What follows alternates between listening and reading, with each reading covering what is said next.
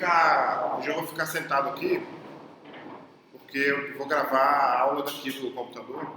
Aí eu vou ficar nessa posição aqui, experimentar dar uma aula sentado.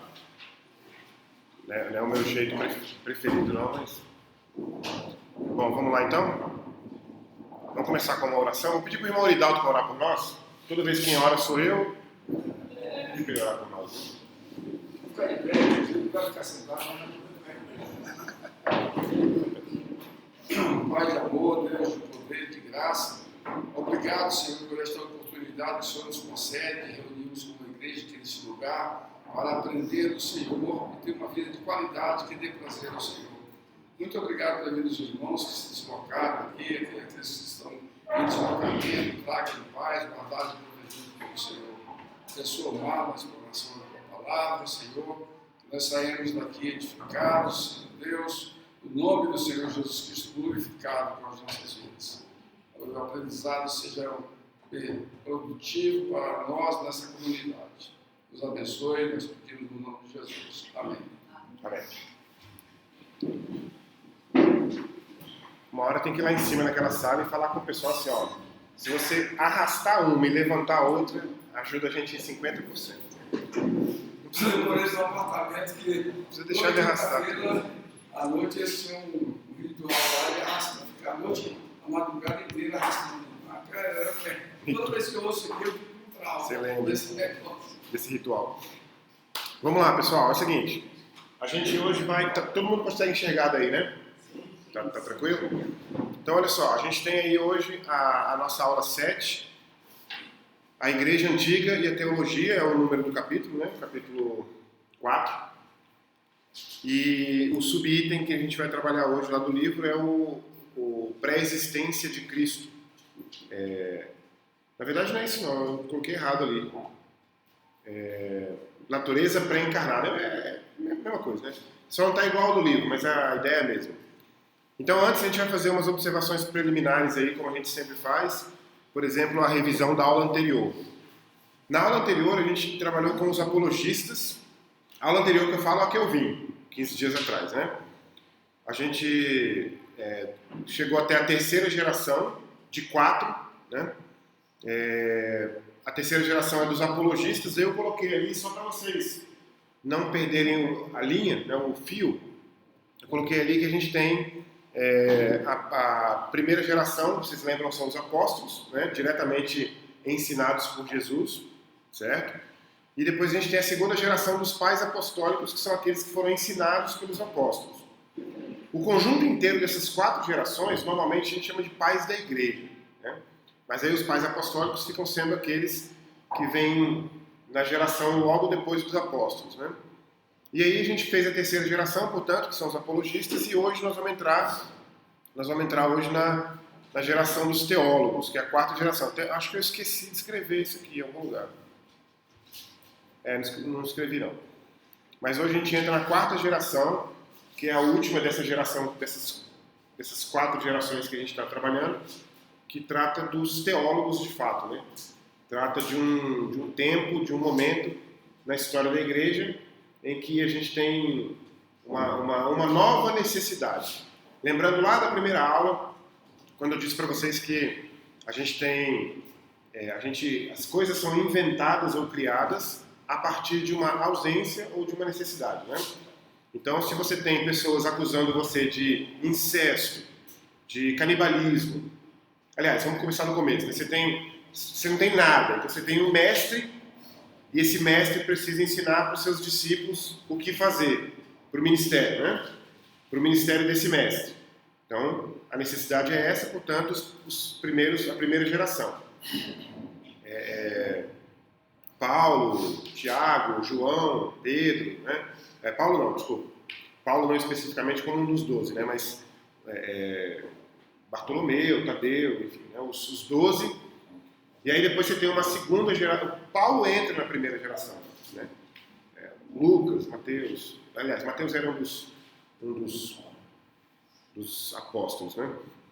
Mas você tem então aquela primeira geração com essa necessidade. A segunda geração tem uma nova necessidade, que é o quê? É criar um ambiente devocional, um ambiente de crescimento espiritual, né, um ambiente de vida cristã prática mesmo. Nunca havia cristianismo. Hoje a gente sabe o que é ser cristão até por ver o parente. Ah, meu parente faz isso, então eu acho que eu também tenho que fazer isso. Você não tinha quem imitar, então você tem que aprender. A terceira geração dos apologistas é aquela geração que tem que responder a perguntas e questionamentos do tipo: vocês estão praticando incesto, vocês estão praticando canibalismo, vocês estão... A filosofia, vamos dizer, de vocês é muito simplista e assim por diante. E aí a gente entra hoje numa terceira geração, numa quarta geração, que é a geração dos teólogos, quando a gente vai ter uma coisa muito mais complexa, né, uma coisa muito mais organizada. A gente vai ver isso durante a aula.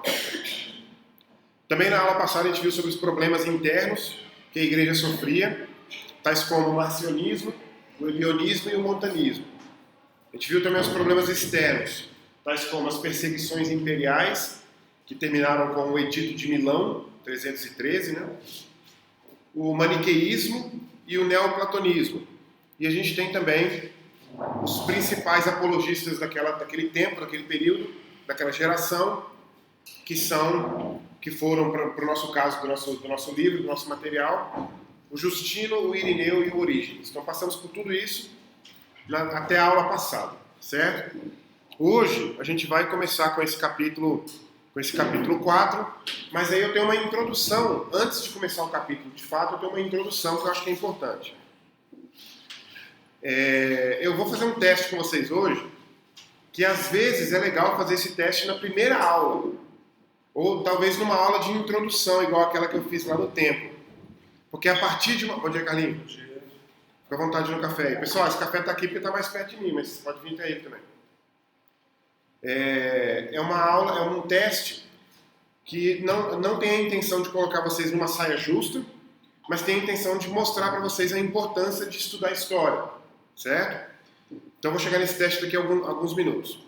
Mas antes disso eu quero introduzir esse capítulo, ou essa aula de hoje, que é um capítulo que a gente leva algumas aulas para fazer, falando sobre a importância do século IV e do século V. Deveria ter colocado plural ali, né? Dos séculos 4 e 5, 4 e 5.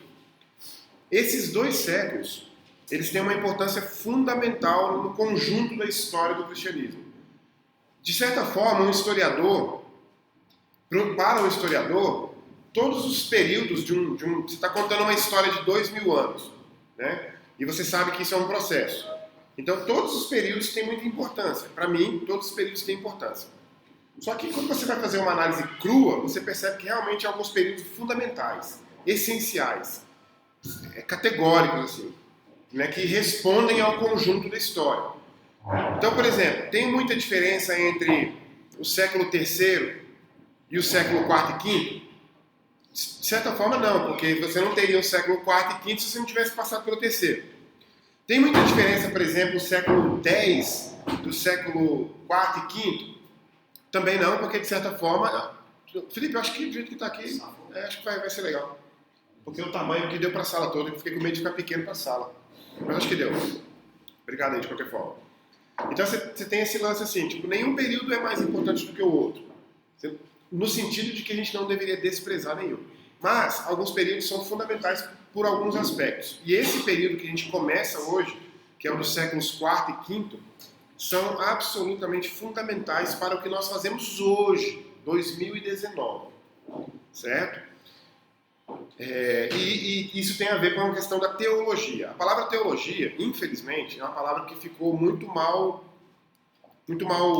divulgada, muito mal percebida, muito mal assimilada, muito mal praticada por aquilo que a gente chama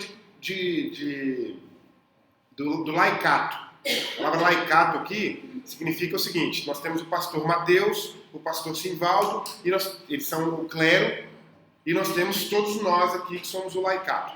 É mais ou menos isso, só para vocês terem uma ideia. Então, se o pastor Mateus e o pastor Simvaldo sabem muito, muito bem sobre teologia, porque foram treinados para tal, nós que somos o laicato não sabemos como eles. Certo? Então já começa por um nível de hierarquia, que é óbvio, é necessário, acontece mesmo.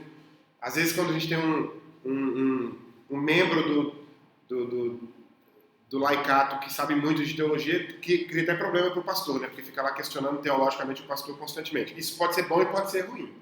Mas o que eu quero dizer com tudo isso é que nós, o laicato, a gente não foi ensinado. Eu estou falando isso de uma experiência muito curta, eu só tenho 20 anos de vida cristã. Mas a gente não, da minha tradição, que é 20 anos nessa igreja, a gente não foi ensinado a apreciar a teologia da forma que eu acho que deveria ser correta. Eu não estou botando culpa em ninguém. É uma questão cultural, tradicional. Então não é culpa de João, José ou Pedro, ou de qualquer pessoa, ou de qualquer pastor, ou de qualquer grupo. Acho que é um lance cultural. Desenvolveu assim paciência, o historiador que vai estudar isso. Mas eu acho que a gente precisa levar em consideração que teologia não é especulação maluca, gratuita. Teologia não deveria ser considerado como um risco para jovens abandonarem a fé. Teologia deveria ser visto como algo fundamental para o nosso crescimento espiritual. Eu, por exemplo, fica difícil para eu dizer isso sem... sabe aquele negócio assim, eu sou suspeito para dizer? Eu sou suspeito para dizer o que eu vou dizer, mas talvez vocês cheguem ao ponto de concordar comigo algum dia. Eu acho que a minha vida espiritual, eu acho não, tenho certeza, a minha vida espiritual é muito melhor por causa do que eu entendo de teologia. Olhe lá se eu entendesse mais, eu acho que seria muito melhor. Né? Então eu consigo apreciar o Deus que eu sirvo melhor, porque eu sei a partir do estudo da teologia alguma coisa que, por exemplo, um outro membro da igreja, do laicato, nunca procurou saber e acha que não é fundamental. E eu também acho que não é. Só acho que, se você tem um conhecimento de teologia melhor, você tem uma abertura maior para adorar melhor esse Deus que quer que a gente adore ele em espírito e em verdade. Então, nesse sentido, é que eu estou querendo falar sobre, por causa da importância desses dois séculos. Porque para nós, aqui, batistas do século XXI, esses dois séculos são fundamentais. Eu vou chegar lá nos motivos. Enquanto eu tomo um café, irmão Oridalto. Só corroborando com essa fala sua aí, eu me converti, tinha 40 anos. Hoje eu estou com 66, então tenho 26 anos. E eu já tinha curso superior da época. Aí entendi dessa visão sua aí que é precisar fazer um curso de teologia, fui para a faculdade teológica. A minha surpresa é que principalmente os melhores professores, eu lembro do Marcos Alexandre, que era um cara super sumo, Sim. Eu falei, esse cara é velho, ele ficava suado, né? Ele trabalhava com paletó gravado, eu ficava suado, rapaz, eu vou sair desse negócio, isso aqui é uma loucura. Você vê a dimensão que é esse engessamento do pensamento. Sim. E as coisas foram se descortinando. Isso é uma discussão muito boa, eu acho que dá para ter um café. Bora marcar um café no meio da semana para falar sobre isso, porque realmente é uma discussão muito importante. Eu acho que nós não sabemos, nós como laicato, tá pessoal? Como laicato. Nós não sabemos apreciar a teologia, e nós não fomos ensinados a apreciar a teologia. Mas vamos deixar isso de lado por enquanto, porque a nossa aula hoje é interessante, tem a ver com isso, e o seu testemunho pessoal é interessante. Eu não tive esse problema quando eu fui para a faculdade teológica, porque quando eu fui para a faculdade teológica eu já tinha tido uma iniciação em filosofia e história muito profunda. Então para mim foi moleza. Então assim, quando o professor vinha... Eu me converti numa igreja estritamente batista, daquelas ortodoxas. Né? Sim, é. Então, foi um choque muito Tem isso também, né? Beleza. Mas também a minha iniciação em filosofia e história não foi dentro da igreja, foi por conta própria. Mas vamos lá. Então a gente tem a importância do século IV e V. A gente tem três aspectos muito importantes. O primeiro deles é a questão dos concílios. A gente até chama isso de era conciliar. Sempre houve concílios. Durante 2000 anos houve concílios até no século passado. Né? Mas essa era é uma era muito importante em termos de concílios. Então a gente colocou pelo menos 4 aí. Ó. O concílio de Nicéia, o de Constantinopla primeiro, vai ter um outro lá depois, vai ter um outro de Nicéia também. O de Éfeso e o da Calcedônia. Então a gente vai passar por esses 4 concílios nas próximas aulas desse capítulo 4. Outro aspecto importante é a questão das doutrinas. E aí daqui a pouco vem um teste que eu quero fazer com vocês. Então, por exemplo, Trindade, salvação e a natureza, as duas naturezas de Jesus e a natureza pré-encarnada de Jesus Cristo. Inclusive essa é a nossa aula de hoje, né? E também tem a questão das pessoas. Nomes que talvez para vocês é um outro aspecto que eu quero falar para vocês. Para vocês esses nomes talvez não façam muito sentido. Mas eu acho que é um outro erro da nossa tradição batista, ou da nossa tradição reformada, ou da nossa tradição protestante. Que é o quê?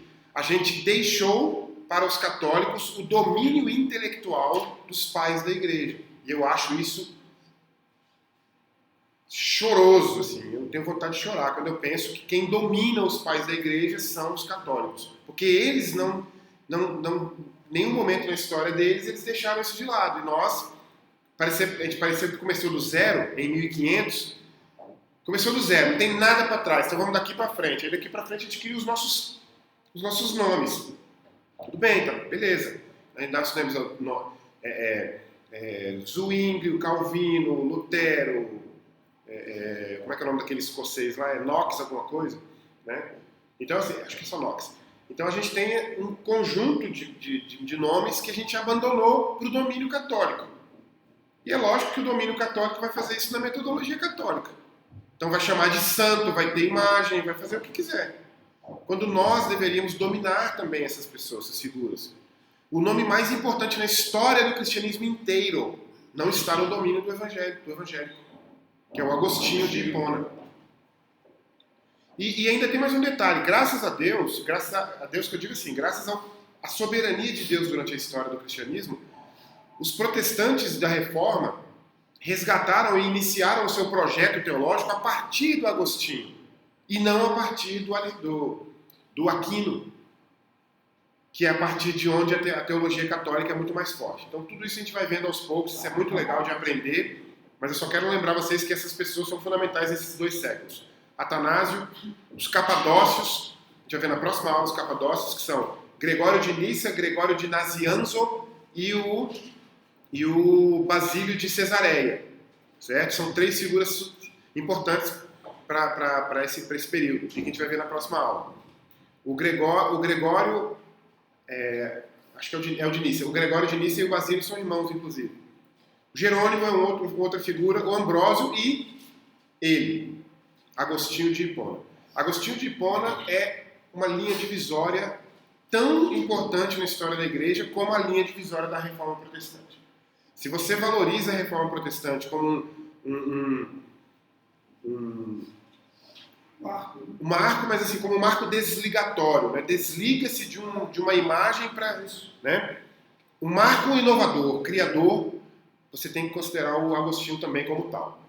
Se bem que nem o Agostinho e nem o Lutero tinham nenhuma pretensão de cisão nenhuma, né? De fato, não houve cisão no Agostinho e foi haver uma cisão de ordem política, de ordem até mesmo de segurança pessoal do Lutero. Teve que haver uma cisão. A gente chega lá no momento certo. Agora o teste. Eu quero que você faça o seguinte, eu quero que você nos próximos minutos, talvez 3 minutos, quero que você, se você precisar, você feche até seus olhos. Eu quero que você pense assim, o que é a Trindade? E eu quero te dar uma dica, tá? Você formula uma doutrina da Trindade a partir das Escrituras? Sim. Mas não montadinha, bonitinha, lá no capítulo tal de Paulo, que você pega e coloca na parede e ensina para os seus alunos, ou para quem quer que seja, a Trindade. Então, vou repetir isso em outras palavras. A doutrina da Trindade está toda dentro das Escrituras. Claro. Mas não está clara o suficiente para que a primeira pessoa que lê as Escrituras como cânone, por exemplo, vamos supor, no ano 350, 400, não sei, fala assim, olha só, não vamos mais discutir Trindade. Vai dar uma olhada lá no capítulo tal, do livro tal. Então fechem os seus olhos. Bom, estou dizendo para fechar o olho se quiser. Me digam aí, e se você não souber o que dizer, você vai dizer o quê? Não sei o que dizer. O que é a doutrina? Quem é Pai? Quem é Filho? Quem é Espírito? O que é Pai? O que é Filho? O que é Espírito? O que é Deus? Qual dos 3 é Deus? Qual dos 3 não é Deus? Qual dos 3 é maior na hierarquia? Há uma hierarquia ou não há? Há uma divisão de funções clara ou essa divisão não é tão clara? Você colocou minhoca agora, viu? Pois é. Agora você colocou muita minhoca na cabeça da gente. Então vai pensando aí por alguns minutos. Outra coisa, na sua resposta você não precisa responder a todas as perguntas relacionadas à Trindade. Você pode responder uma, muito bem, né? Não, eu sei uma coisa, professor. Isso eu sei. Então vai lá, pensa aí. Vou ficar em silêncio, eu prometo. Vou deixar você pensar.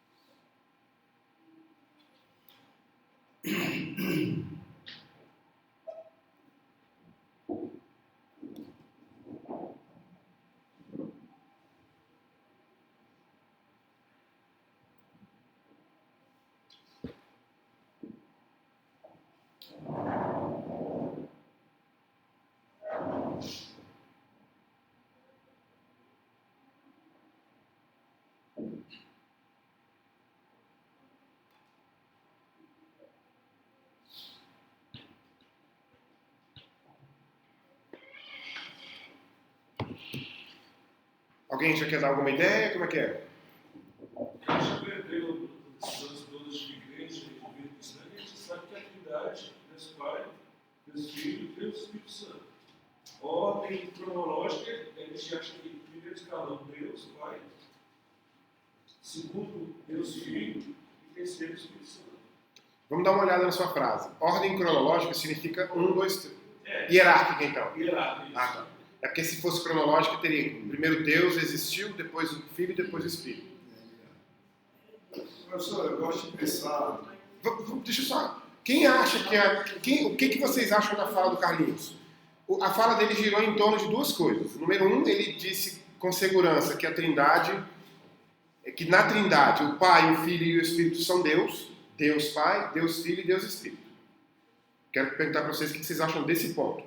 E o segundo ponto que ele trouxe foi: existe uma ordem hierárquica, em primeiro lugar. Daí não importa como, em primeiro lugar, por enquanto, ele deve ter lá na cabeça dele como, mas há uma ordem em que Deus é superior ao Filho, que é superior ao Espírito. Peraí, mano, porque ele ia falar primeiro, porque eu só cortei para... Diga, Oridaldo, você quer falar uma coisa lá no pensamento do Carlinhos?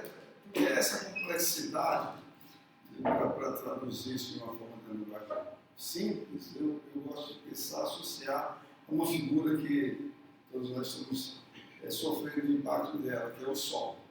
O Sol são três figuras importantes numa só, que é luz, energia e calor, com funções distintas, mas a mesma pessoa. Mas a energia não é Sol. Ah, como não? Não é Sol. A luz não é Sol. O Sol O calor não é Sol. Se eu estiver sentindo... O Sol produz o calor. Produz calor, ótimo. A discussão fica boa por isso. Porque, olha só... Nós não estamos lá no Sol, mas estamos sentindo. Não, então. Olha só, esse risco é o risco da heresia. Sério. Eu vou dizer para você uma coisa. O Sol é Sol, mas o calor é calor. Então, se eu estiver na sala sentindo calor, eu não posso dizer que eu passei a tarde com o Sol. Como? Se não tiver Sol, não tem calor. Tudo bem. Mas a comida não é fogão. A comida não é fogão. Sem fogão não tem comida. O que eu quero dizer é, se eu passar a tarde com calor, eu não passei a tarde com o sol. Certamente. Inclusive, eu posso sentir calor com a ausência do sol. Os efeitos dele. Não. É por isso que eu quero concordar com você. Por isso que eu quero concordar, mas quero chamar a atenção para o risco. Porque exatamente esse risco é o que faz parte da história da Trindade. Então, até que a analogia não é ruim. Ela só não abrange. Porque realmente, por exemplo, tem outra analogia também que é tão ruim quanto, mas que ajuda, mas não é boa, que é a analogia do homem. Então, por exemplo, o homem, você quer ver um exemplo? Você é três pessoas. Eu sou filho, ao mesmo tempo que eu sou pai.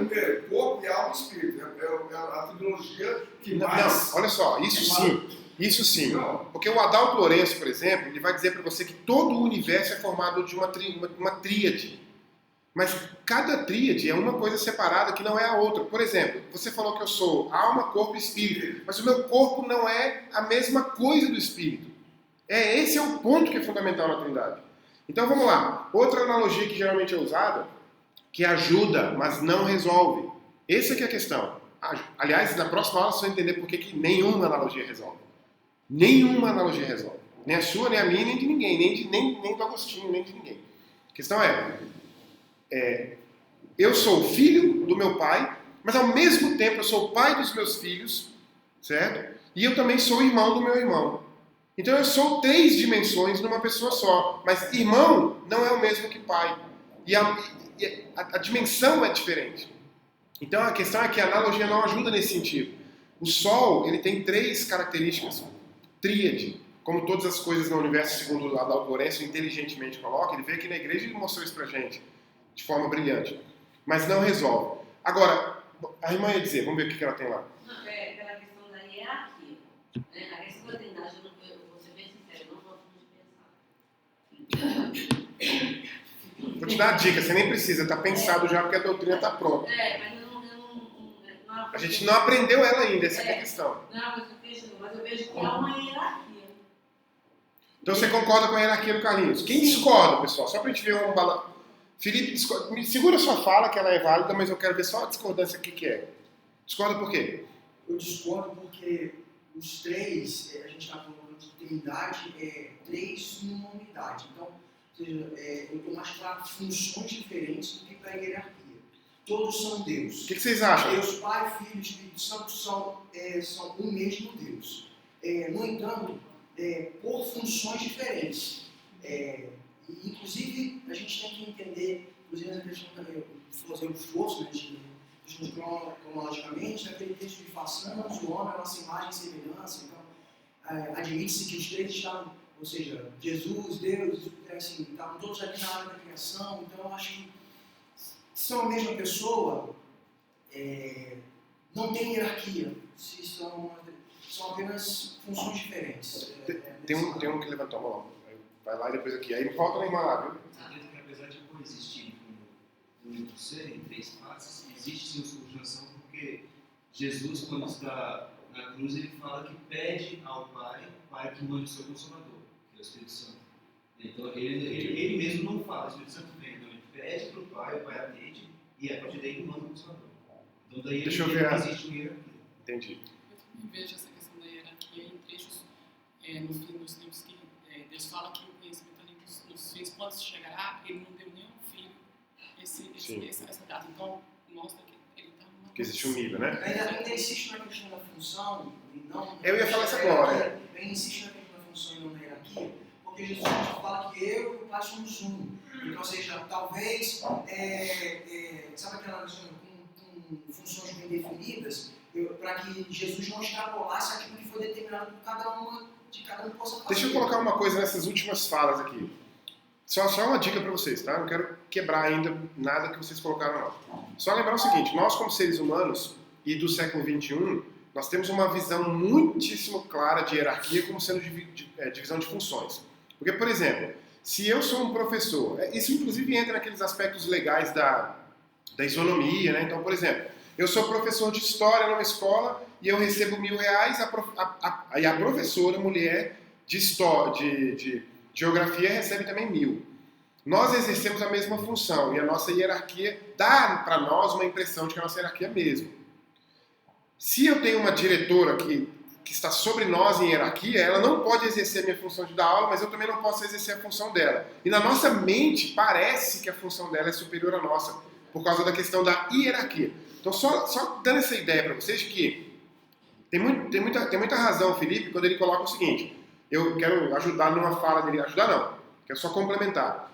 Talvez o que vocês estejam defendendo em termos de hierarquia não seja exatamente hierarquia, mas seja uma diferenciação de função, que é clara biblicamente que cada uma das pessoas da Trindade tem uma diferenciação de função. Um consola, o outro salva. Tem um trecho na Bíblia que eu gosto muito, eu esqueci, é João, mas eu esqueci qual eu acho que é João 6, mas eu esqueci qual é o versículo.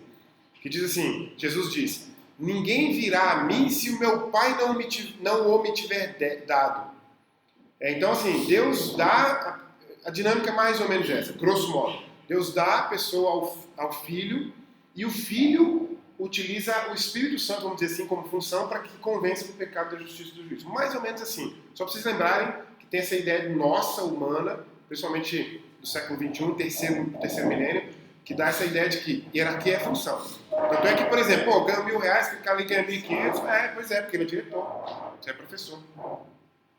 Quero fechar na irmã aqui. essa fala, aí volto na irmã para terminar, Mônica, para terminar, para a gente voltar aqui, porque senão não é isso que eu queria, ficou muito mais abrangente do que eu queria. É só para complementar também a nossa visão, porque a própria Bíblia diz que ele está sentado à direita do Pai. Quem está sentado e tem privilégio nisso, dá uma sensação de hierarquia, né? Sim. Existe Dá uma sensação. centro, o Filho está ao lado direito e o Espírito Santo do lado esquerdo, Isso. né? Então dá aquela sensação de hierarquia. Entendi. Deixa eu fechar com a Mônica e a gente volta aqui para onde eu queria. É porque você não está no direito e só pode estar no Mas esquerdo. não estou falando que ele está lá sentado. Então, não sei se tá. Eu vejo, não, porque a gente também tem a ideia de hierarquia, é uma coisa ruim, né? Fala assim, uma hierarquia. Hierarquia sempre coloca um inferior. Que você deixa de colocar o inferior. Mas a gente vê assim, várias passagens da Bíblia, eu vejo Cristo falando, exatamente a questão que ele falou, de que ele depende da autorização de Deus Pai para fazer tal coisa, né? Tanto que ele fala, quando pergunta para ele quando vai ser, né? Como vai ser o julgamento, ele fala que não condiz a ele julgar, mas somente ao Pai. Quando pergunta quando ele vai voltar, a mim não pertence ao tempo. Ninguém sabe, só o Pai. Então essa sua fala só corrobora com a questão da hierarquia, né? Eu acho que então vamos lá. Mas não seja uma hierarquia, porque a hierarquia seja ruim. Não, entendi. Eu não tenho essa visão que a hierarquia... Até porque o Carlinhos colocou muito bem, e ninguém negou até agora do Carlinhos que os três são Deus, né? Sim. Então vamos lá, olha só. Ultrapassou o que eu imaginava, mas não é ruim. Mas o que eu quero dizer para vocês é o seguinte. É nesse nível que estava a igreja no século IV e V. Tá certo? Só que o nível era um pouco diferente, porque assim, nós somos aqui numa sala de aula. Eu tenho um bispo que está ensinando isso para uma congregação inteira. Uma coisa. Numa outra congregação, outro bispo e assim por diante. Então isso criou a controvérsia da Trindade. Mas eu também coloquei a Trindade hoje como teste, porque ela vem para as próximas aulas. Na verdade, a Trindade é da próxima aula ainda. Hoje a gente fala da natureza pré-encarnada de Cristo. Já te passei rapidinho. E a natureza pré-encarnada de Cristo tem a ver com uma outra das dificuldades doutrinárias que foram resolvidas no terceiro e quarto século e que vale até hoje. Certo? Então daqui a pouco eu reforço isso de uma outra forma. Então vamos lá. Então olha só. Se você pensar assim... Aliás, não vou especular nada não. Vamos só seguir aqui. Então eu tenho lá, dentro do nosso material e dentro desse processo histórico que a gente está passando lá agora no século IV, a gente tem o seguinte. Ário era um bispo, Ário, a partir de quem cria-se a escola, vamos dizer assim, de pensamento chamada arianismo, né? Então, em Ário e no arianismo, havia uma percepção de um monoteísmo absoluto. Para vocês terem uma ideia, tanto que isso é complicado, que até hoje, século XXI, os muçulmanos acusam os cristãos de serem politeístas. Porque o cristão não abre mão de dizer que o Pai é Deus, que o Filho é Deus e que o Espírito é Deus. Na mente do muçulmano, isso não diz outra coisa senão três deuses. Um Deus que é Espírito, um Deus que é Pai e outro Deus que é Filho. De certa forma, isso leva a essa interpretação. Não é que isso faça sentido, mas leva a essa interpretação. Então, se até hoje a gente é acusado de politeísmo, imagina no século IV. Então, e outra coisa que eu acho importante. Alguns daqueles bispos eram honestos o suficiente para querer defender o monoteísmo, porque vocês não têm a menor ideia. Eu também não tenho. Mas eu criei essa ideia porque eu estudo. E vocês talvez não tenham estudado essa parte ainda, mas a gente aqui, no século XXI, no Brasil, a gente tem a menor ideia do que é politeísmo. A gente não tem a menor ideia do que é politeísmo. Talvez um católico tenha uma ideia mais próxima do que é politeísmo, apesar de não ser politeísta, porque ele tem uma relação divina, vamos dizer assim, no nível dos santos, né? Como é que é o nome daquele estudo dos santos? Tem angelologia, que é o estudo dos anjos, né? Eu esqueci qual é o nome do estudo dos santos lá. Mas enfim, o católico ele tem isso. Então, por exemplo, você é devoto de um santo específico, você considera esse santo num nível espiritual muitíssimo acima e muitíssimo próximo de Deus. O católico não acha que o santo está no mesmo nível de Deus. Beleza? Mas ele também não acha que o santo está no mesmo nível dele. E ele também não acha que ele está tão próximo de Deus quanto está o santo. Então tudo isso é se aproximar um pouco mais do que poderia ser uma mente politeísta. Coisa que eu não sei, você não sabe, ninguém aqui sabe, e só quem sabe é quem vivia num contexto politeísta daqui. Talvez os indianos saibam hoje. Você vai lá conversar com um indiano, e você conversa com um indiano por um ano inteiro, e tudo que ele falar para você vai a partir de uma cosmovisão politeísta. Aí você vai começar a compreender o que é politeísmo. Estudo do santo, a geografia. A geografia, obrigado. Então, na geografia católica, talvez exista uma proximidade maior do que é a percepção do politeísmo. Eu não acho que tem, tá? Não acho que isso chega perto de politeísmo. Mas o indiano chega, porque ele é politeísta. Então, esses bispos, eles estão interessadíssimos em defender o seu cristianismo de forma que não corra risco da ortodoxia. Mas nesse afã, causam as heresias que a gente ouviu aqui hoje. Desculpa, meus irmãos, eu tinha que dizer que vocês são heréticos. Só pra gente dar essa risada aí. Só pra gente quebrar o clima, assim, e dar uma risadinha. O Carlinhos vai sair da aula. Ah, meu Deus. Eu devia ter pensado melhor antes de falar. Ó, é o seguinte. Então, por exemplo, Ário, ele tinha um medo tão grande do cristianismo dele, monoteísta, cair num politeísmo, que ele era adepto daquilo que a gente pode considerar como um monoteísmo extremo, um monoteísmo absoluto. Um Deus e ponto. Não há dois. Não há nada com o mesmo nível de Deus. Nem o Filho. Nem o Filho. Então, o Felipe é politeísta batista? É um politeísta. Politeísta cristão. Obrigado. Tá vendo como é que é? Foi chamar o cara de herege e ele achou um jeito de... Vai esperar acabou com o nome dele. Então, olha só.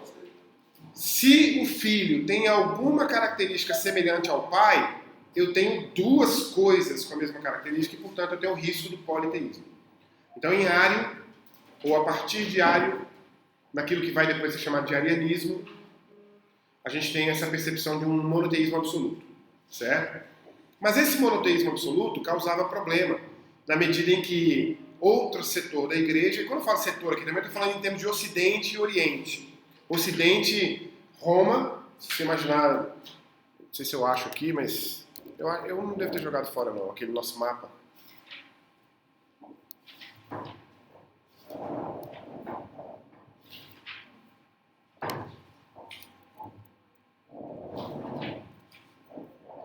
Pois é, joguei.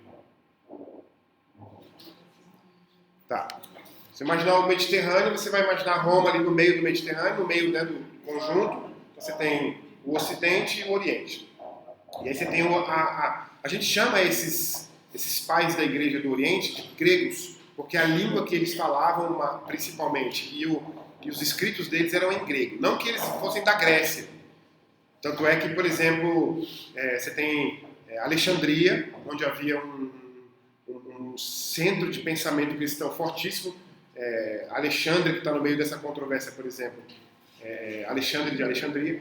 Então você tem essa região ali que é chamada região grega, região grega nesse sentido da língua, né, do escrito, do Oriente, e a região latina, o latim, no Ocidente. É interessante observar depois, no conjunto da história, que o lado latino é muito mais pragmático e o lado grego muito mais especulativo. Então o lado latino resolve muito cedo, lá em Tertuliano, a questão da Trindade, até na questão da linguagem. A gente vai ver principalmente na próxima aula que a questão da linguagem era uma questão que atrapalhava a percepção da Trindade, certo? Então, de qualquer forma, está aí. Ário, com o arianismo, no monoteísmo absoluto. Bom, para resolver, aí a gente vai entrar num aspecto importante aqui, só como parêntese. Quando Constantino emite o Edito de Milão, proibindo a perseguição do cristianismo e colocando o cristianismo como uma religião livre para ser exercida como qualquer outro, e posteriormente, lá no final do século IV, o cristianismo vai virar a religião oficial do Império, a gente tem algumas vantagens e algumas desvantagens. Uma das desvantagens é que o imperador passa a ter certo domínio hierárquico e administrativo também dentro da igreja. Isso não é bom de jeito nenhum. afinal de contas, aquela divisão de Estado e Igreja, Igreja e Estado é uma divisão que a gente aprecia muito, né? A gente não quer o Estado interferindo na nossa igreja. Eu, por exemplo, não quero o Estado interferindo em nada, mas tem gente que quer. Eu queria que o Estado interferisse na educação, mas na igreja não.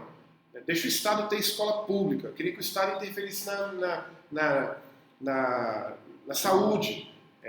Quando eu falo, por exemplo, que eu queria privatizar todos os hospitais públicos do Brasil, as pessoas arrancam o cabelo, né? Porque você tá doido, e aí quem é que vai dar saúde para os pobres? Eu não estou nem aí para pobre.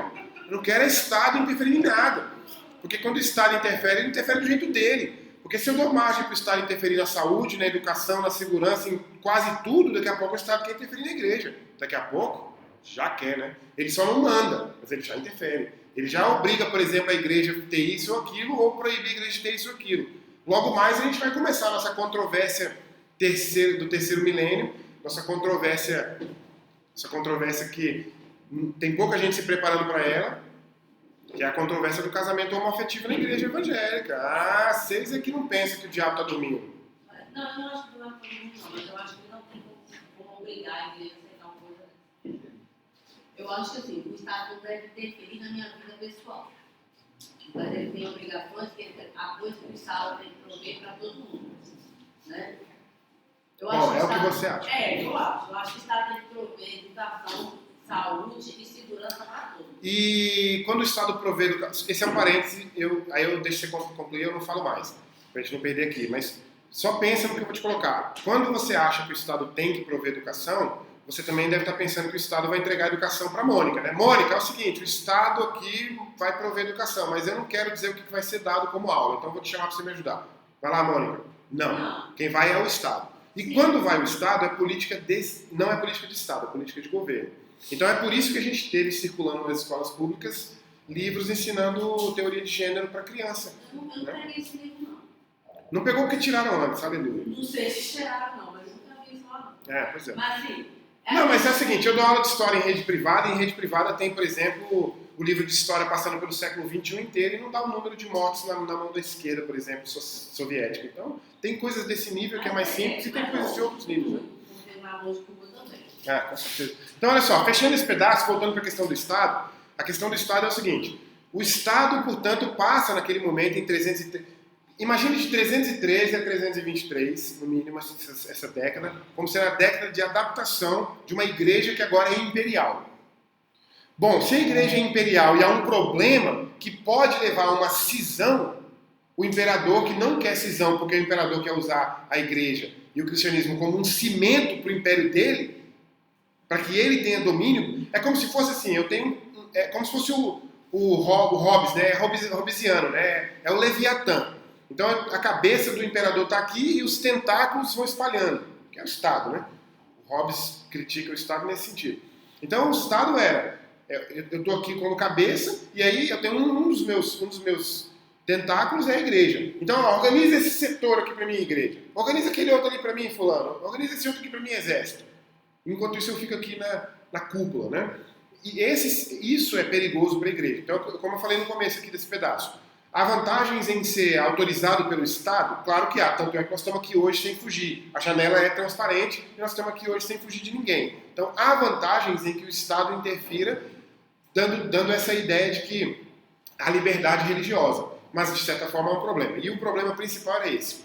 Então, se eu tenho, por exemplo, um risco de cisão, porque o Ário e o seu conjunto de Luciano, por exemplo, Paulo, tem uma figura chamada Paulo, estão dentro de uma controvérsia. O próprio Alexandre, que eu falei, o Atanásio, que eu mencionei hoje já, estão dentro de uma controvérsia que pode criar uma cisão e dar um problema político para o Império, então o Império vai resolver. E o Império resolve. Quem convoca o Concílio de Nicéia é o Império. Claro que ele não sabe nada sobre do domínio religioso. Então ele convoca e deixa a solução para o domínio religioso. Mas, lembrando que ele deixa essa solução para o domínio religioso, mas ele manda o seu conselheiro. Esqueci o nome dele agora. Mas ele manda o seu conselheiro e o conselheiro dele vai com um aviso, né? Tipo, resolvam essa situação porque eu não quero divisão, não quero problema de cisão no meu império. Certo? O Concílio de Nicéia, grosso modo, porque o Concílio de Nicéia não trata só de uma coisa, ele trata dessa questão da essência, né, do Filho em relação ao Pai, em relação ao Espírito e assim por diante, em relação à pré-existência de Cristo.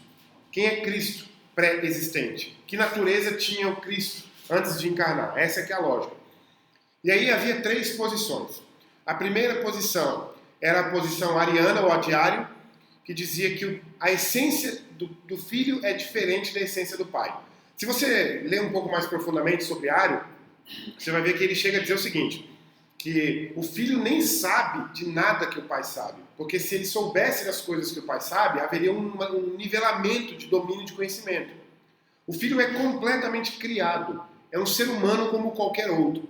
O Logos de Deus, que é da perspectiva grega, oriental, do Mediterrâneo, dos cristãos, o Logos é a razão de Deus, é o racional, a parte racional de Deus.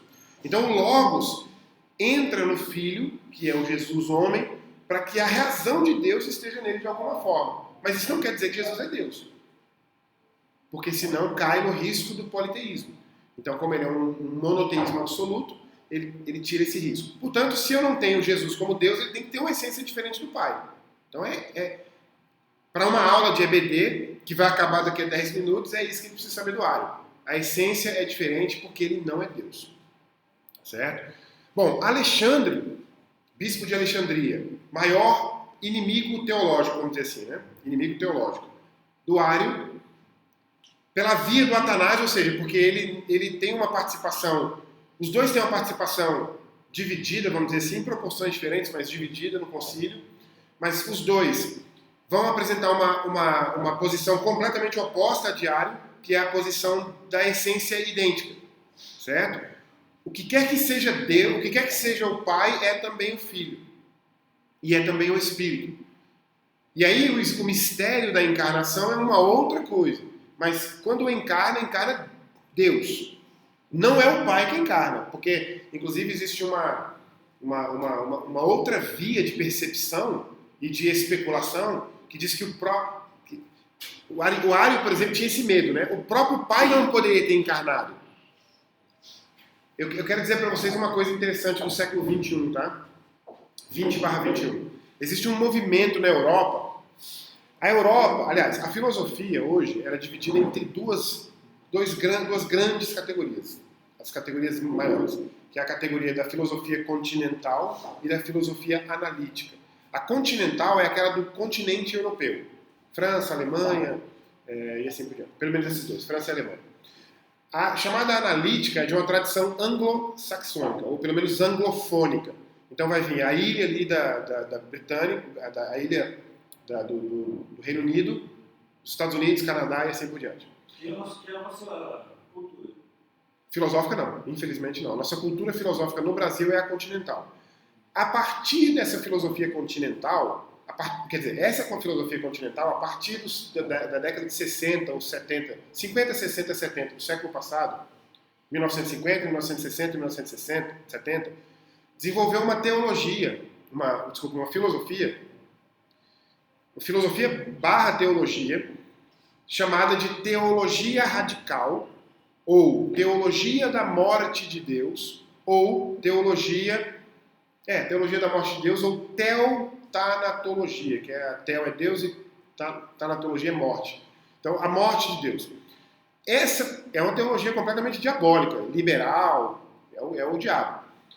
Inclusive, eu até propus um professor da UNB esses dias agora para fazer uma pesquisa no mestrado lá sobre isso, ele se interessou, mas não dava mais tempo para esse mestrado do ano que vem. E essa teologia, eu estou citando esse exemplo nosso para comparar com esse período, para vocês terem uma ideia como que o negócio é complicado, como que o diabo é perspicaz. 1500 anos depois, o diabo quer trazer à tona um problema que havia sido resolvido na era conciliar. Então, essa teologia radical de hoje, teologia da morte de Deus, diz que o Pai encarnou e morreu. Inclusive tem até um outro nome, cristianismo pós-Cristo. Tipo assim, que cristianismo existiu após Deus, pós-Cristo, né? Acabou. Não tem Deus mais. Existe um cristianismo, mas não existe Deus. Não que nunca tivesse havido, é uma espécie diferente de ateísmo. Porque o ateu diz que nunca houve transcendência, tudo é material. Mas o que esses malucos aí da teologia radical querem dizer houve um Deus, aquele Deus de Abraão, Isaac e Jacó, que foi, né, que criou o universo, mas ele encarnou e morreu. Tendo morrido, acabou Deus. Então Deus está morto. Começa no Nietzsche também, né? O Deus está morto e tal. Porque no Nietzsche é interessante lembrar que o Nietzsche não diz que Deus, apesar de ele ser ateu, um ateu clássico, ele não dizia que Deus nunca tinha existido. Ele dizia que Deus havia sido morto. Bom, pelo menos lá no Assim Falou Zaratustra, né? Deus está morto, nós o matamos. Bom, deixa eu sair dessa especulação, senão vocês não vão entender muita coisa. Então, voltando lá. Então, havia, portanto, esse risco na mente diário de que se eu dou uma margem para o filho ter a mesma essência do pai, são dois deuses.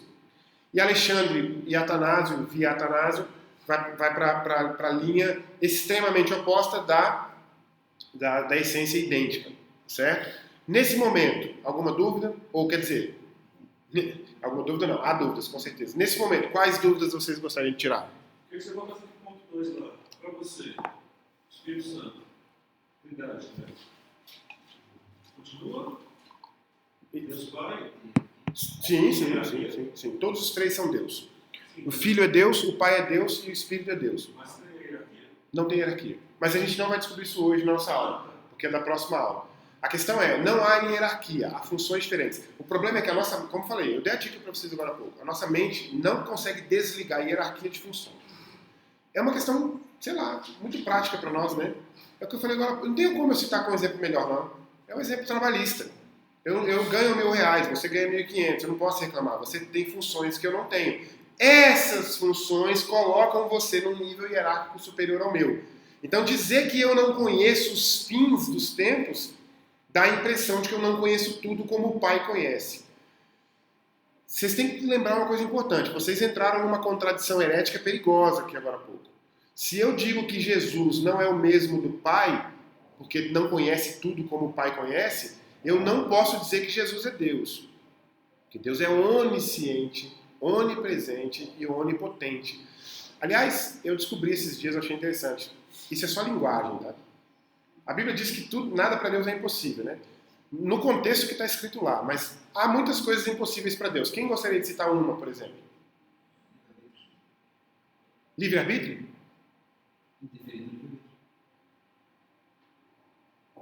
Deus pode interferir, Ele não pode tirar o arbítrio, né? Ele pode interferir, mas ele não pode tirar. Ele pode preparar. Eu sou molinista.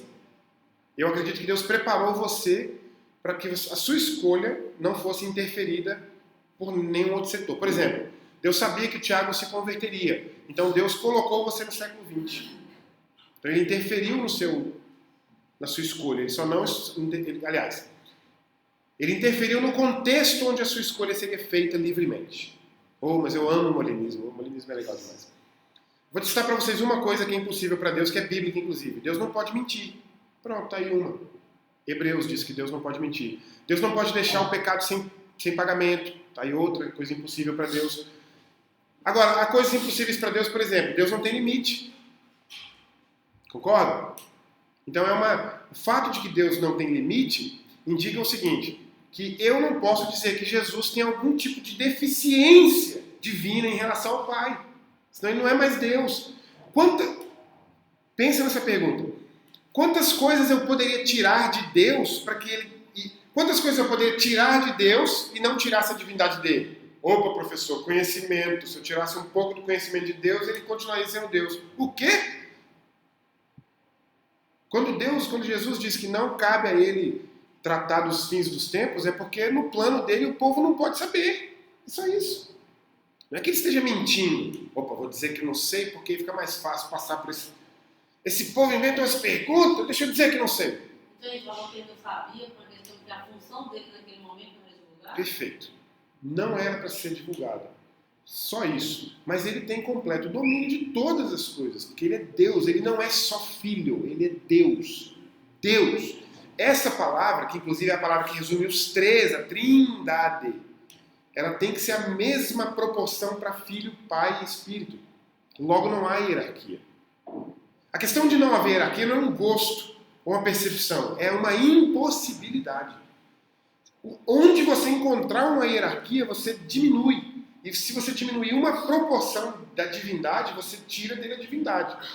Por exemplo, é porque talvez aqui exista alguém da área de física, não, de exatas, principalmente a física. Mas a física indica que não há nada mais poderoso do que a energia, a não ser Deus. Deus é a própria energia.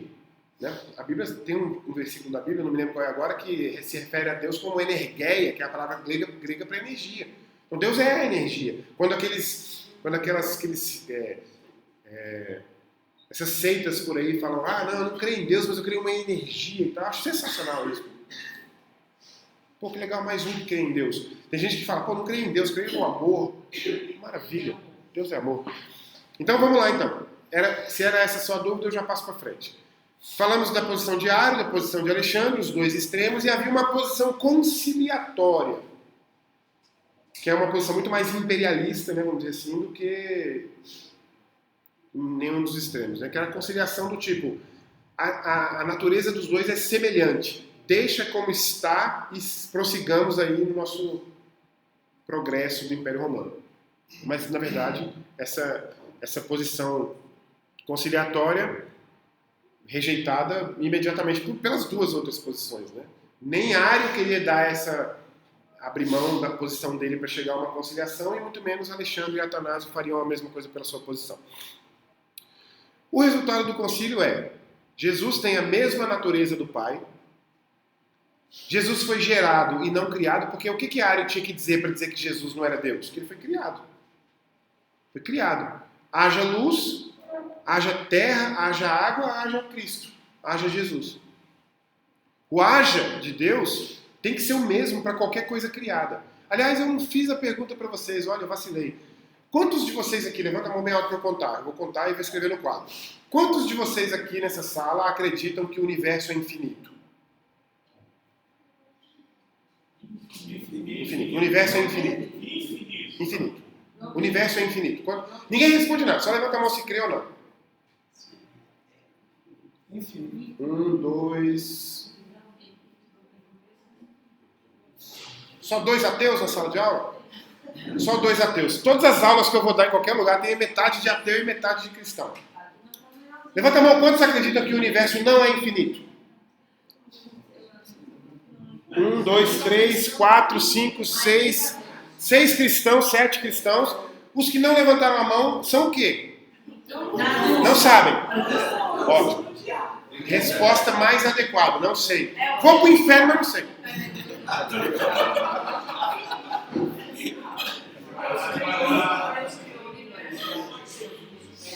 Pode me matar, mas eu não sei. Pessoal, é óbvio que essa é uma brincadeira.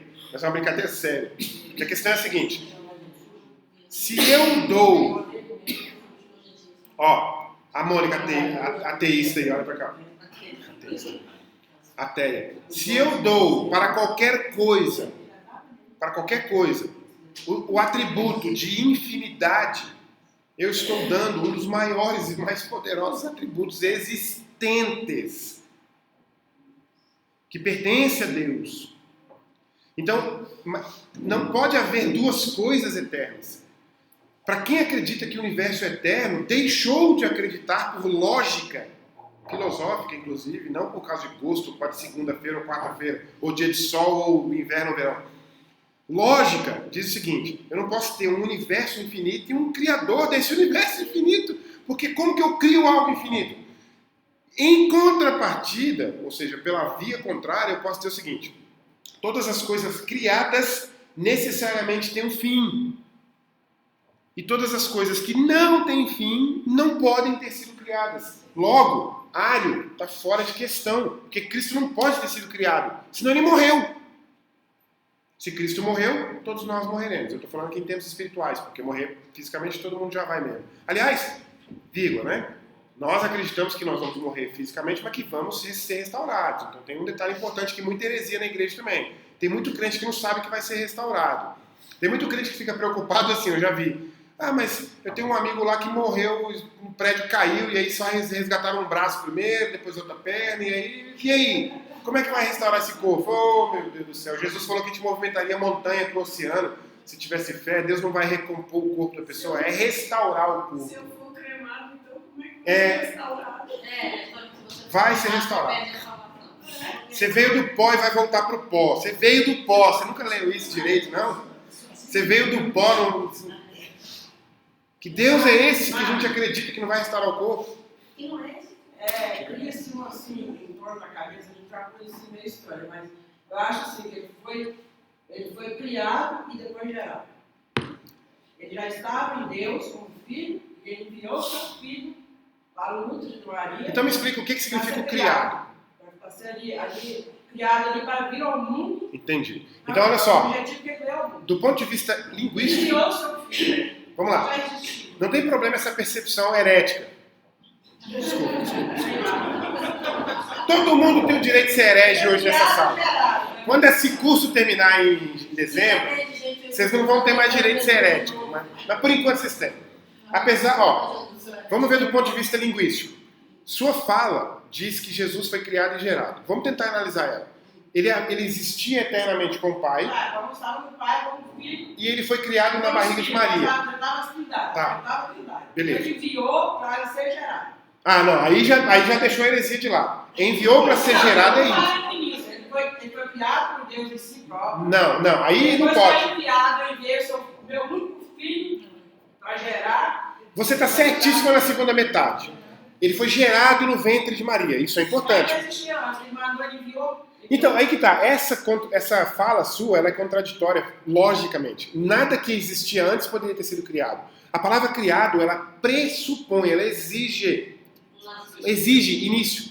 De outra forma. Mas não pode. De uma forma que ele Não. poderoso Então, fazer tudo. Então, para sua mente ficar mais fácil, pensa assim, não criou, só existiu. Quer ver um outro exemplo? Pra vocês caírem no outro. Agora vocês já não vão querer responder mais nada para mim, né? Deus foi criado por quem? Aí não importa a nossa vida. Ah, Deus não foi criado. Se ele é Deus, ele não teve criação. Deus não foi criado, pronto, ele é a primeira causa não causada. Então Jesus também tem que Mas ser. como ele já vem em poder, ele criou o próprio filho dele. Então não pode. Linguisticamente não pode.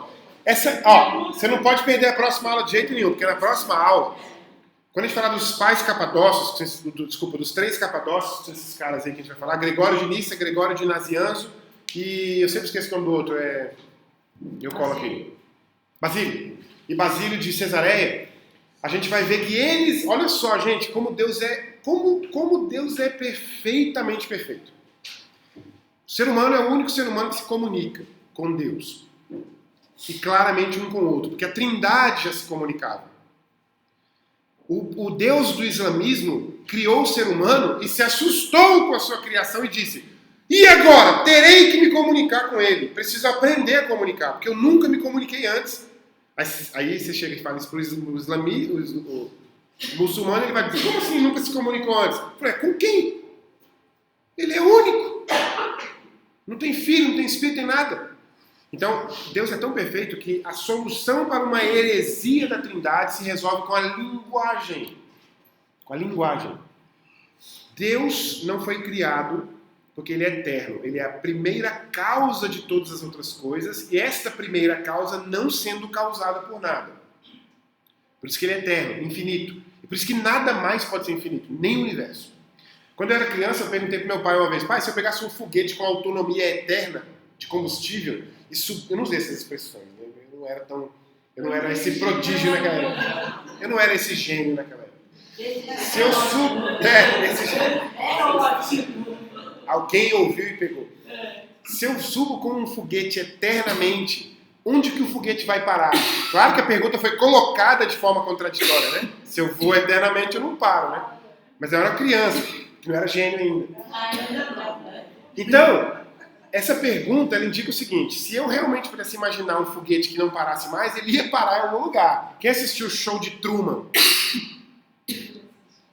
Eu não vou dizer o que acontece no show de Truman, porque é um dos melhores filmes que eu assisti na minha vida. Quero que vocês assistam e vai dar um spoiler fatal. Mas no show de Truman, descobre-se a infinitude do universo da forma mais chocante que existe.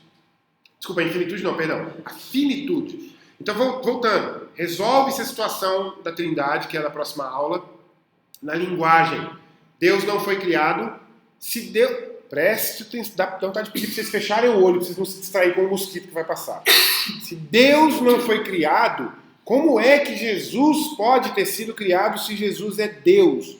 Nós estudamos isso aqui hoje, o Carlinhos falou categoricamente, Deus Pai, Deus Filho, Deus Espírito. Deus não pode ser criado, porque se ele é criado, ele nunca existiu antes. Ele existiu eternamente, não é criado. Mas a palavra gerado tem a ver com a concepção uterina em Maria. E também não pode dizer que ele foi criado pelo Espírito na barriga de Maria, porque a palavra criado pressupõe uma não existência anterior. Gerado. É a mesma relação, então, que os católicos fazem em relação a Nossa Senhora Maria, em relação a... que a gente vê assim, Maria Aparecida, Maria de Lourdes, Maria de... que é a Maria só, né? Eu não conheço essa mariologia. A mariologia é que existe, as pessoas falam assim, existe várias Nossa Senhora? Nunca ouvi isso e não... Eu sou muito curioso com mariologia. É. Eu gostaria de estudar, mas não tenho tempo. Mas eu não sei se é isso. Mas estuda lá, semana que vem traz pra gente. É? Sério? Que a gente vai aprender contigo e você diz pra gente se é semelhante ou não. É que da igreja tem uma pessoa só que em fases. Ah, tá. Não sei se é a mesma coisa. Mas o que eu quero dizer é, Jesus não foi criado. Ele sempre existiu, eternamente, porque é Deus. Ele estava no princípio de tudo, mas ele não foi criado. E, além disso, ele foi gerado no ventre de Maria. Foi gerado no ventre de Maria. E, tendo sido gerado no ventre de Maria, ele foi gerado não pelo sêmen de um homem, mas pelo Espírito Santo. Daí, não cabe a ninguém saber como é o processo, porque realmente, posso te garantir que em 2000 anos de história, ninguém nunca quis especular isso. Certo? Bom, a gente encerra aqui e a gente tem na próxima aula as páginas 40, 41 e 42, quando a gente vai falar dos 3 capadócios, que são aqueles que vão resolver a questão da trindade. Então eu quero fazer uma última pergunta, mas você não precisa responder imediatamente. Pensa primeiro. Mais um trio, né? Não, agora não. Agora é a pergunta do que eu ensinei. Vocês estão seguros sobre a natureza pré-encarnada de Jesus? Sim ou não? Porque senão a gente cancela o culto e eu continuo mais 1 hora. Estou podendo. Repito. Alguma dúvida sobre a natureza pré-encarnada de Jesus? Deixa eu resumir para vocês. Jesus, pré-encarnação, pré-ventre de Maria, é Deus, idêntico ao Pai, já eternamente Filho, eternamente idêntico ao Pai, certo? Encarna como Deus. Aí é a próxima aula, que a gente vai falar. Próximas aulas, vamos falar das naturezas de Jesus. Eu já vou adiantando aqui. Completamente Deus e completamente homem enquanto encarnado. Certo? As especulações em torno disso são bem criativas também, mas nenhuma delas sustenta, nenhuma delas ultrapassa o fato de que Cristo encarnado na terra, andando lá na Galileia, andando lá em Jerusalém, ele é totalmente Deus e totalmente Pai. Qualquer aparência de limitação está dentro de um plano cujo contrário atrapalharia o plano. Por exemplo, Jesus sentiu fome? Sim. Então ótimo, porque isso prova que ele era 100% homem. Maravilha. Sentiu medo, sentiu dor, sentiu angústia, sentiu dor de barriga, foi no banheiro fazer cocô? Sim. Por quê? Porque era completamente Deus. Perdão, homem. Se você disse que Jesus, depois da ressurreição, seria o Espírito Santo. Não disse não. Não, seria. No caso, você falou que ele já era Deus, ele seria Deus Filho e seria Deus Pai. Agora, isso Não. Então deixa eu redizer. Natureza pré-encarnada de Cristo. Antes de encarnar no ventre de Maria, ele era completamente Deus, completamente idêntico ao Pai e idêntico ao Espírito. Bom, olha eu colocando hierarquia, perdão. Botei assim, Deus e Espírito. Não, estou errado. Completamente Deus, completamente eterno, não criado, idêntico ao Pai, idêntico ao Filho. Esse é o Jesus, esse é o Cristo antes de encarnar. Era essa a aula de hoje. É isso que foi decidido no concílio de Nicéia, uma das coisas. Essa era a dúvida que eu perguntei para vocês se vocês tinham. Vocês têm que sair daqui hoje convictos e dizendo para os 4 ventos. Jesus, antes de encarnar, era completamente Deus, não foi criado e não era inferior ao Pai em nada. Não havia hierarquia. Esquece a palavra hierarquia, senão você cai no erro no erro de diminuir divindade. Divindade é algo que não se diminui. Divindade não é um conjunto de coisas 1, 2, 3, 4. Divindade é uma coisa. Não tiro nada de divindade. Não tiro conhecimento, não tiro, sei lá, qualquer coisa. Divindade é divindade. Não tiro poder. Alguém tem alguma dúvida sobre isso? Levanta a mão. Não? Beleza. Voltando agora ao que você falou. Quando Jesus encarnou, ele era completamente Deus e completamente homem. Mas não era espírito. Certo? Ele era filho. Mas o filho não é Deus? Você não disse lá no começo? Deus Pai, Deus Filho, então ele era Deus. Ele era Deus, mas não era nem Pai nem Espírito. Eu de novo. Perdão. Não era nem Pai nem Espírito. Ele era Filho. Filho eterno, Deus. E quando ascende aos céus, quem volta para o céu é Jesus, o Filho. Por que não tem um corpo de Jesus para enterrar? Porque ele vai com o Filho. Certo? Não me pergunte o que acontece no meio do caminho até chegar na eternidade, porque ninguém especula isso. Certo? Não, pelo amor de Deus. Especular o corpo dele desapareceu, igual no filme lá dos heróis lá que vai desaparecendo assim. Não. Né? Então é isso. Beleza? Encerramos aqui e vamos lá. Vamos orar. Podemos? Mário, pode orar para nós? Senhor nosso Deus, graças te damos, Pai, por este dia, Senhor. Muito obrigado, Deus, por essa aula esclarecedora, Pai. Que nós possamos, Senhor, entender, ó Deus, sempre a Tua palavra, a Tua história, Deus, para que possamos sempre, ó Deus, levarmos a Tua palavra, Senhor, aos quatro cantos, Pai. Muito obrigado por este dia, Senhor. Abençoe o culto, abençoe o nosso dia, Pai. Fique conosco, em nome de Jesus. Amém. Amém. Última frase. Na hora do teste que eu iniciei sobre o que é Trindade, o que é Deus, o que é Pai, o que é Filho, o que é Espírito, parece até que já são 4, né? Deus, Pai, Filho e Espírito. O que é cada uma dessas coisas? Eu queria só chamar a atenção para vocês para uma realidade que vocês são os privilegiados nessa igreja por saberem. Não existe vida cristã sem história da igreja. Sem história da igreja. Não tem na Bíblia doutrina pronta. Não tem na Bíblia escrito lá, claramente, uma lista de categorias da doutrina. Desculpa. Não tem na Bíblia Trindade pronta. Não tem na Bíblia natureza pré-encarnada de Cristo pronta. Senão aqueles caras que passavam o dia inteiro lendo saberiam antes. As controvérsias vinham acontecendo na história por isso. E o Espírito continuou agindo como Jesus disse que agiria em 2000 anos. E isso a gente não aprende isso aqui hoje. Na hora que você falou a palavra na sua oração, essa aula esclarecedora, quando a gente chega a um ponto de perceber que foi esclarecedor entender isso, a natureza pré-encarnada de Cristo, eu só posso ter esclarecido isso para vocês porque esclareceram antes para mim. É história. Ninguém vive vida cristã adequada sem história. Não vive. Você vai viver uma vida cristã limitada. Você vai para o céu. Claro que vai, assim como a irmã herética aqui. Não mais herética. Então, por favor, pessoal, valorizem a história da igreja. Valorizem a história da igreja. Beleza? Deus abençoe.